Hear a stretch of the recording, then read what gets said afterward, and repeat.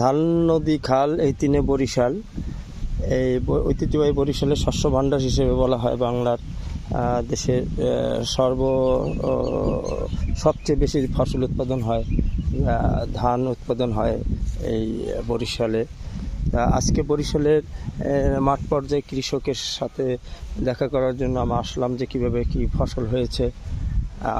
তো আমরা মাঠে দেখতেছি যে বিভিন্ন ধান কাটার একটা উৎসব মুখর পরিবেশ, অত্যন্ত তাপমাত্রা বিরাজ করতেছে। এর মধ্যে কাজ করা অত্যন্ত কঠিন, তার মধ্যেও কৃষকরা তাদের ধান কাটার জন্য ব্যস্ত সময় পার করতেছে।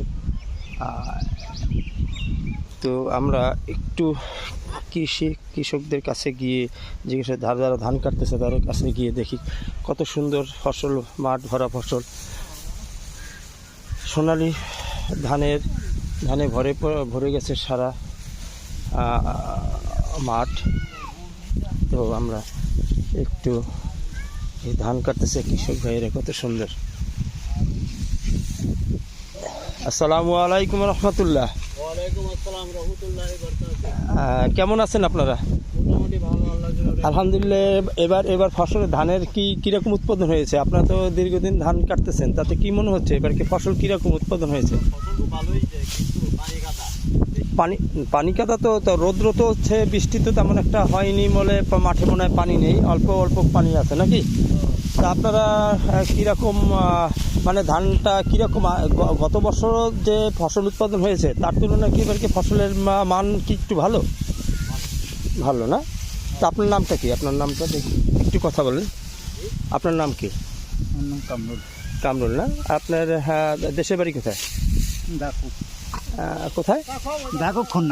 খুলনা। আচ্ছা। কাকা একটু একটা মিনিট একটু আসেন, একটু কথা বলি আপনার সাথে। তা আপনার দেশের বাড়ি কোথায়? দেশের বাড়ি কোথায়? কোন জায়গায়? কালীগঞ্জ, খুলনা কালীগঞ্জ। তো আপনি কি অরিজিনালি কি এখানে যে ধান কাটার জন্য এখানে আসছেন? ও আচ্ছা। জমির মালিক কে? এই জমি যার ধান কাটতেছেন সে মালিক কিভাবে আপনারা ধান কাটেন? এটা ধানটা কিভাবে কাটেন? এটা কি যে আপনারা কিষাণ হিসেবে ধানের বিনিময় কি আপনারা মানে কি ফসল কাটতেছেন না টাকার বিনিময়? টাকার বিনিময় কাটতেছেন না আপনারা ধানে কাটতেছে? কিরকম ধান দেয়?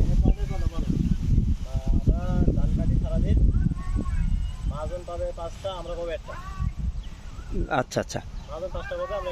তো যেভাবে ধান উৎপাদন হয়েছে তাতে কি মোটামুটি আপনারা মানে কি খুশি যে ধান কাটার পরে যেটা হচ্ছে তাতে কি আপনাদের মানে কি আপনারা মনে করেন কি যে বছর আপনারা বেশি ধান পাবেন এরকম একটা আশা আছে? আলহামদুলিল্লাহ। আর এক কিষাণ ভাই ধানের আটি নিয়ে আসতেছে আমাদের এখানে। অবস্থা কত সুন্দর ফসল, মাঠ ভরা ধান।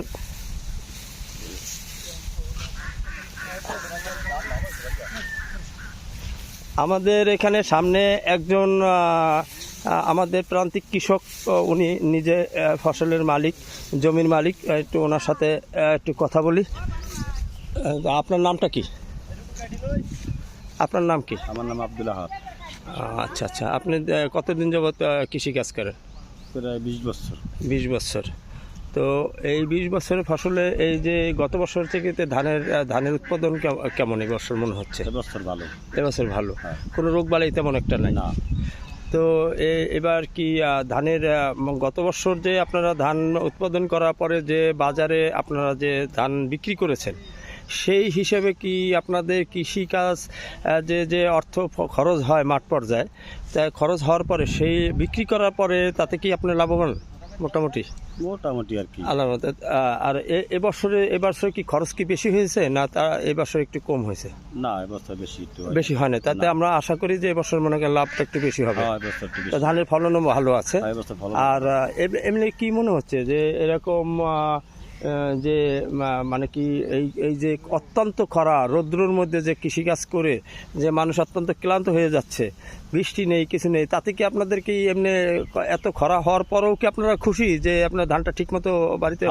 খরা হলে তো খুশি। আচ্ছা, খড়কুটা সবকিছু আপনাদের সঠিকভাবে নিয়ে আসতে পারতেছেন। হ্যাঁ। যাই হোক ভাই, আমরা শুধু দর্শক মণ্ডলী, আমরা এই যে প্রান্তিক কৃষক যারা আছে তাদের সাথে কথা বললাম। এই হলো আমাদের বিষয়। তা বরিশাল থেকে, বরিশালে গৌরনদী বাড়তি থেকে,